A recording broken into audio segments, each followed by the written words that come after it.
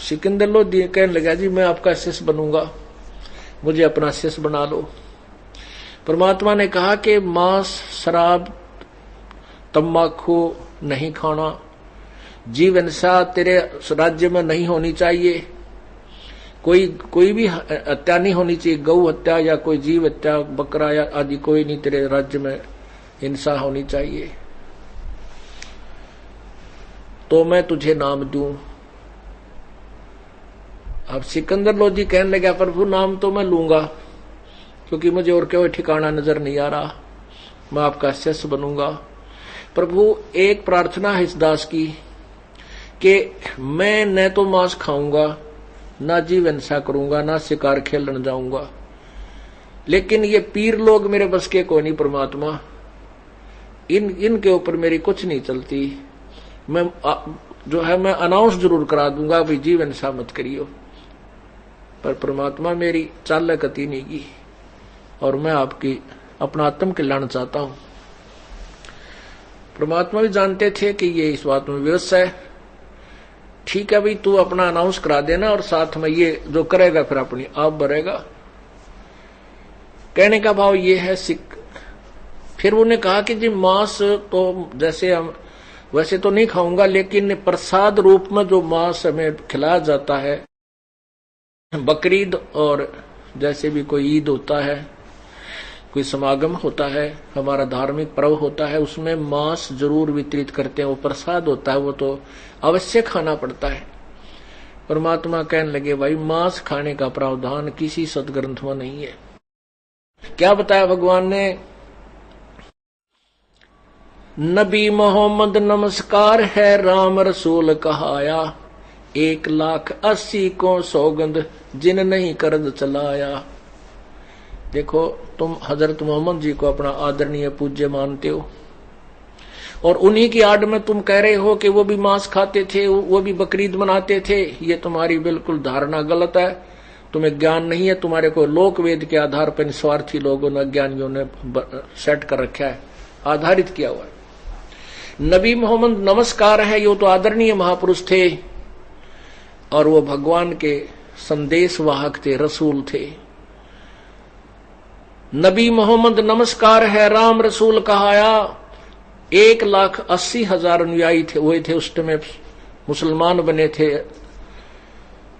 हजरत मोहम्मद जी के। उन 1,80,000 को सौगंध जिन नहीं कर चलाया। उन्होंने तुम्हारी तरह कोई भी हिंसा नहीं की।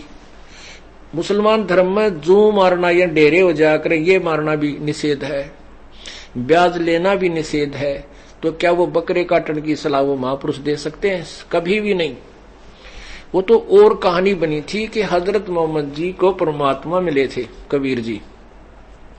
उससे पहले उनको वो जबरील नाम के देवता ऊपर ले गए थे और वहां उसने बाबा आदम मिले और जो अब्राहिम मिले, ईसा जी मिले, मूसा जी, उनके पहले जो नबी हुए हैं संदेश वाहक, वो सारे मिले, आदम भी मिला। और वहां से भगवान का आकाशवाणी से वो 5 नमाज लेकर के आए थे। उसके बाद परमात्मा गए थे कि भाई ये रास्ता ठीक नहीं है, आप मेरी शरण में आ जाओ। परमात्मा हजरत मोहम्मद जी की आत्मा को सतलोक लेकर गए थे। वापस जब छोड़ा तो अपने, क्योंकि उस समय तक हजरत मोहम्मद जी के कई शिष्य हो गए थे, हजारों की संख्या में, वह प्रभुता ना छूटी। उधर से जबरील नाम के देवता का डर, क्योंकि उसने गला घोंट घोंट कर उसको डरा कर धमका कर उनको यो ज्ञान दिया था। तो परमात्मा के संपर्क में आने से हजरत मोहम्मद अस्थायी चुंबक बन गया, उसमें सिद्धियां आ गई। जैसे नानक साहब जी को बेई नदी से परमात्मा कबीर जी आए थे, वो सतलोक लेकर गए थे। उसके बाद उनको वापस छोड़ा था अपनी महिमा से परिचित करा करके। फिर काशी में वही स्वरूप जो सतलोक में देखा था वही देखा एक जुलाहे के रूप में। जब नानक जी ने कहा था फाई सूरत मलुकी वेश ए ठगवाड़ा ठगी देश खरा सियाणा बहुते बार, ये दानक रूप रहा करतार, लोगों ये दानक रूप रहा करतार, देखो यो रहा। अब वो तो पागल से हो गए, क्योंकि वही भगवान जिसकी तलाश में हम सारी उम्र खोजी वो सामने बैठे। तो उसके बाद नानक जी साहिब में सिद्धियां आ गई थी, समुद्र पर चलना, अंतर ध्यान हो जाना, एक जगह से दूसरी जगह प्रगट हो जाना, इस तरह की सिद्धियां आ गई थी उसमें।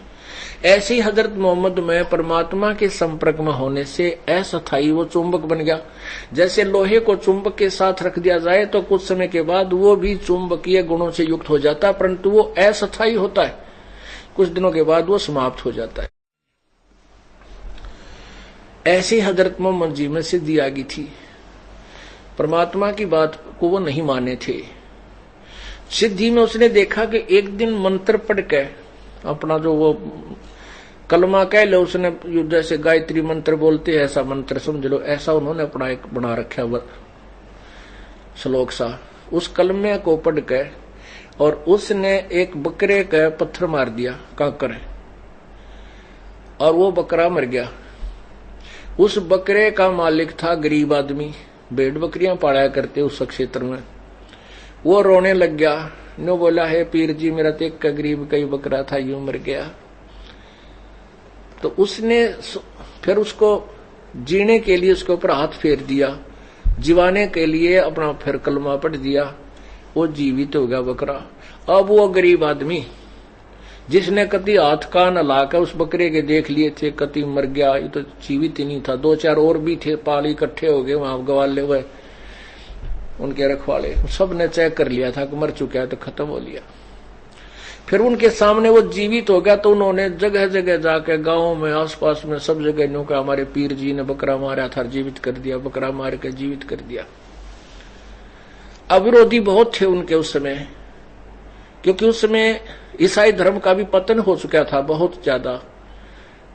लोग ऐसे ही पूजाओं पर लगे थे। इब्राहिम नाम के एक महापुरुष हुए हैं मुसलमान, उस ईसाई धर्म में ही आगे चल के उन्होंने मूर्ति पूजा फिर करने लगे थे। ईसा जी के बाद भी उन्होंने मूर्ति पूजा को बिल्कुल बंद करवा दिया था। उसके बाद फिर भी वो वही पूजाओं पर शुरुआत हो गई थी। हजरत मोहम्मद जी ने उनको बंद करवाया था, लेकिन बहुत विरोधी बहुत हो गए थे। वो लोग कहने लगे भाई हमारे सामने जब माना हम उसको जो जीवित कर दे, हमारे सामने मार के जीवित करे। सब लोग इकट्ठे हो गए, भाई नहीं तो ये कर देंगे वो कर देंगे, अब देखेंगे। तो लोग कहने लगे इस गाय को मार के जीवित कर दे। अब मोहम्मद साहब को तो पूरा यकीन हो गया था कि तेरी शब्द में पूरी शक्ति है, मार भी दूंगा, जीवित कर दूंगा, क्योंकि वो बकरे की ट्राई ले चुके थे। कुछ दिनों के बाद एक गाय लाकर खड़ी कर दी, बहुत से लोग इकट्ठे हो गए। हजरत मोहम्मद जी ने अपने वचन से गाय को मार दिया, लेकिन जीवित नहीं कर सका। वो डिस्चार्ज होगी बैटरी, वो अस्थायी चुंबक खत्म हो गया। तब कहते हैं तब हम मोहम्मद याद कियो रे, शब्द स्वरूपी हम बेग गयो रे, जी मुई गऊ हम बेग जवाई, जब मोहम्मद का निश्चय आई, तुम कबीर अल्लाह दरवेशा, जब मोहम्मद का गया अंदेशा। परमात्मा को याद किया, जब अपनी बेइज्जती होती देखी हजरत मोहम्मद जी ने, क्या तो बात बिगड़ गई। जब अल्लाहू अकबर, ये सबसे बड़े भगवान, मेरी रक्षा करो, मेरी इज्जत का मेहर करो। तो उसी समय परमात्मा शब्द रूप में केवल हजरत मोहम्मद को दिखाई दे रहे हैं, अन्य को नहीं। परमात्मा ने जाके एक थपकी मारी, गाय जीवित होगी। लोग समझ रहे थे कि हजरत मोहम्मद जो दुआएं कर रहा है इसी से जीवित हो गई है। कहते हैं परमात्मा अपनी महिमा का भूखा नहीं है, अपनी प्यारी आत्मा को महिमा देकर कि भगवान में आस्था बनी रहेगी इन लोगों की, ये नास्तिक ना हो जाएं। काल चाहता है नास्तिक हो जाएं, गलत साधना करें, कुछ दिनों में इनको लाभ हो नहीं, फिर ये सब डाकू लुटेरे चोर ठग दारू दप्पा पीने लग जाएं और ये अपनी भक्ति को दूर हो जाएं। परमात्मा चाहता है कि जब तक ये तत्व ज्ञान प्रचार करने का समय आए तब तक ये आस्तिक बने रहे। अब क्या हुआ, उनके अनुयायियों ने दोनों दिन नोट कर लिए, जिस दिन बकरा मार के जीवित किया था और गाय मार के जीवित की थी। हजरत मोहम्मद जी शरीर छोड़ गए, उसके बाद 1,80,000 भी शायद धीरे धीरे शरीर छोड़ गए। कई वर्षों के बाद, 200-300 वर्षों के बाद उनके मन में के स्कीम आई कि वो दिन याद रखने के लिए कि जिस दिन हमारे हजरत मोहम्मद जी ने बकरा मारा था और जीवित किया था, और जिस दिन गाय मारी थी और जीवित की थी, वो दिन मनाने चाहिए ताकि आगे आने वाले बच्चों को याददाश्त बनी रहे। उसके लिए उन्होंने क्या कहा कि एक गाय को कलमा पढ़ देंगे और मार के जंगल में डाल देंगे, एक बकरे को जो दिन दोनों दिनों को, और हम नहीं खाएंगे क्योंकि मांस खाना पाप है। जंगल में डाल देते, एक वर्ष में जब भी वो समय आते बकरीद मनाने के या वो जो भी उनका पर्व था, उस दिन वो जंगल में उस बकरे को या गाय को जंगल में डाल देते थे कत्ल करके। ऐसे ऐसे हजारों सैकड़ों हजारों की संख्या में जगह जगह गांव गांव में ये ऐसे वो पर्व मनाया जाने लगा। उसी दौरान एक अकाल गिर गया, दुर्भिक्ष। अकाल गिरने से हाहाकार मच गई, लोग भूखे मर रहे थे। उसी दिन वो पर्व आ गया गाय काटने का। वो गाय को हलाल करके धीरे धीरे काटना, गला भी प्यार से धीरे धीरे, इसलिए हलाल कहते हैं। उनकी अपनी स्कीम थी या मोहम्मद साहब या उन नबियों की नहीं थी। उन्होंने वो सब जगह सब गांवों में वो दिन पर्व मना करके और गाय बिस्मिल करके बाहर डाल दी गई। अब लोग भूखे मर रहे थे। 2-4 मुसलमानों ने उस गाय के मांस को पकाकर खा लिया। अन्य मुसलमानों ने देखा कि ये तो जुल्म कर दिया इन्होंने, मुसलमान होकर के मांस खा लिया। परमात्मा कहते हैं मुसलमान सो मांस छू है नहीं, मांस बखे सो गोला। तो सब जगह झगड़ा हो, वो समस्या पैदा होगी, बवाल मच गया। इनको सजा दो, इनको ये कर दो, सजाए मौत दो, इन्होंने मांस खाया है। अब वो सारे पुजारी जो थे, काजी मुल्ला इकट्ठे हुए, भाई ये तो सब जगह शिकायत आ गई, हजारों लाखों हजारों संख्या में लोगों ने गड़बड़ कर दी, इनको सजा कैसे दी जा सकती। उन्होंने स्कीम बनाई कि ये फैसला सुना दिया, ये कैद हो कि कलमा पढ़ने से गाय का मांस पवित्र हो गया था, उन्होंने प्रसाद रूप में खाया है, उनको पाप नहीं लगा। अब वो पवित्र प्रसाद बन गया। अब उस दिन गाय को या बकरे को काटकर घर घर प्रसाद बांटा जाता है कि पवित्र हो गया। अब ये बाद में बनाई हुई मजबूरी की स्टेटमेंट थी, ना कि उन महापुरुषों की। नबी मोहम्मद नमस्कार है, राम रसूल कहाया, 1,80,000 को सौगद जिन नहीं कर चलाया। अरस कुर्स पर अलह तकत है, खालिक बिन नहीं खाली, वो पैगंबर पाक पुरुष थे साहिब के अब्दाली।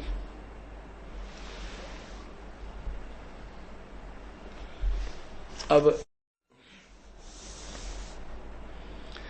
परमात्मा ने उनको प्रवचन किए और उस सिकंदर लोधी का दिमाग ठिकाना आ गया। कहने लगा भगवान मैं मांस नहीं खाऊंगा आज के बाद, चाहे वो कुछ भी कहें, ये मेरा प्रॉमिस हो गया। अगर ठीक है प्रॉमिस हो गया तो मेरा प्रॉमिस है, नाम दे दूंगा। हुक्का तमाकू नहीं प्रयोग करेगा। मुसलमान धर्म में शराब तो पहले प्रोहिबिटेड है, पूरा निषेध है। बहुत कुछ उसके बारे में कहते हैं। शराब अगर कहीं अंग पर भी गिर जाए उस अंग को काट के फेंक दो, इतनी भयंकर बुराई मानते। अब देखो कैसे कैसे हम भ्रमित हो गए। सिख समाज में तमाकू, बीड़ी, हुक्का ये सबसे बुरा, बाकी मांस और बुरा, शराब की कोई आंट नहीं। हिंदू समाज में मांस बुरा, शराब और जो है हुक्के की कोई आंट नहीं। ऐसे हम अपने अपने हिसाब से अटकलों से अटके हुए। बाकी ये तीनों चीज बुरी, ना मांस खाने की, ना शराब पीने की, ना तम्बाकू पीने का, ये सभी दोष हैं। और इनमें से कोई एक भी करता तो भी दोषी है, भगवान प्राप्ति नहीं कर सकता।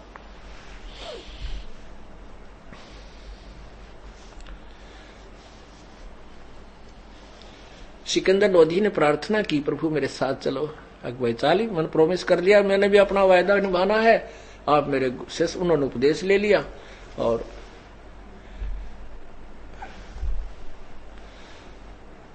कबीर साहब अपनी झोपड़ी पर चले गए और सिकंदर लोधी वहां आ गया जहां रेस्ट हाउस में वो रुके हुए थे। अब वहां जाकर के सभी जो 10,000 20 50 200 से 300 सैनिक थे, अंगरक्षक साथ गए थे, उन्होंने आंखों देखा और खुद वो चमत्कार सामने के वो कुलता हुआ गया था, कर्राता हुआ गया था। सिकंदर लोधी हंसता हुआ आया। वह पूरे राजभवन में सबके सैनिकों में आस पास में सभी ये चर्चा चल रही थी, भाई कबीर नाम के महापुरुष ने कमाल कर दिया, राजा का रोग दूर कर दिया, हमारे आंखों के सामने एक महात्मा का कत्ल कर दिया गया था वो भी जीवित कर दिया। अब शेख तकी जो धार्मिक गुरु, ओहो, अब उसने पहना लिए सींग, अभी तेरी भाई वहां कम होगी, ये तो कोई और गुरु बना लिया इसने।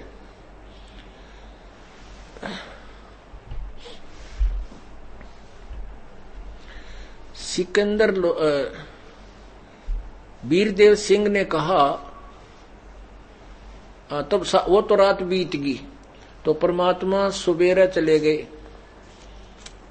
कबीर परमेश्वर जी सुबह पहुंच गए वहां पर, उस रेस्ट हाउस में, राज दरबार में आदर से सत्कार से बैठाए, पूर्ण रूप से उच्च आसन पर बैठाए। परमात्मा को सिकंदर लोधी ने अपने हाथों को बिछाया उनका जो आसन, और नीचे बैठ के जमीन पर वीरदेव सिंह बघेल भी और बिजली और सिकंदर लोधी एक तरफ, उस शेख तकी पीर के भी आसन लगा दिया। अब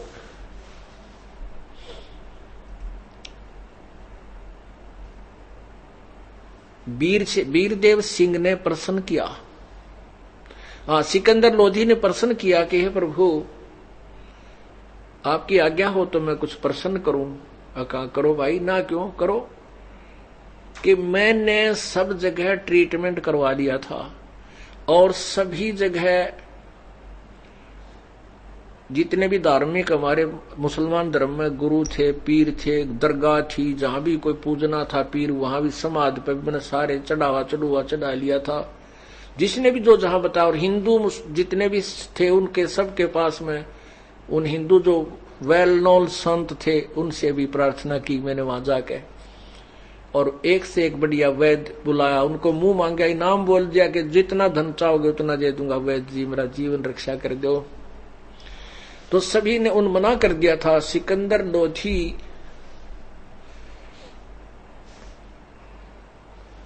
लोधी बता रहा है कि सभी ने मना कर दिया, और ये कहा सभी धार्मिक लोगों ने कि पहले तो अपने जंतर मंत्र बताए, ये कर लो वो कर लो, मैंने सारा कर लिया, लेकिन कोई राहत नहीं मिली। उन्होंने कहा कि ये तुम्हारे प्रारब्ध के कर्म है, ये तो तुझे भोगना ही पड़ेगा, इसको कोई समाप्त नहीं कर सकता। यही स्टेटमेंट हिंदुओं के गुरुओं ने, पीरों ने दी, यही स्टेटमेंट मुसलमानों के पीरों ने और काजियों ने, मुल्लाओं ने दी। तो भगवान मैंने तो ये सोच लिया था, ये बाकी जो शेष जीवन है मेरा तो रो रो के कटेगा। और अंत में कई बार सुसाइड करने की भी सोची कि आत्महत्या कर लो, इसी से बूंदे नरक से अच्छा तो। और परमात्मा आपकी दया से आज आपका दासकती स्वस्थ हो गया। भगवान आज अपनी नींद सोया सारी रात, छक्कर रोटी खाई, परमात्मा समय पर टूक भी नहीं खा सकता था। तो परमेश्वर ने कहा, भाई ना तो हिंदू और ना मुसलमानों को उस शक्ति का ज्ञान नहीं है जिससे ये रोग कटे और प्रारब्ध कर्म कट सके।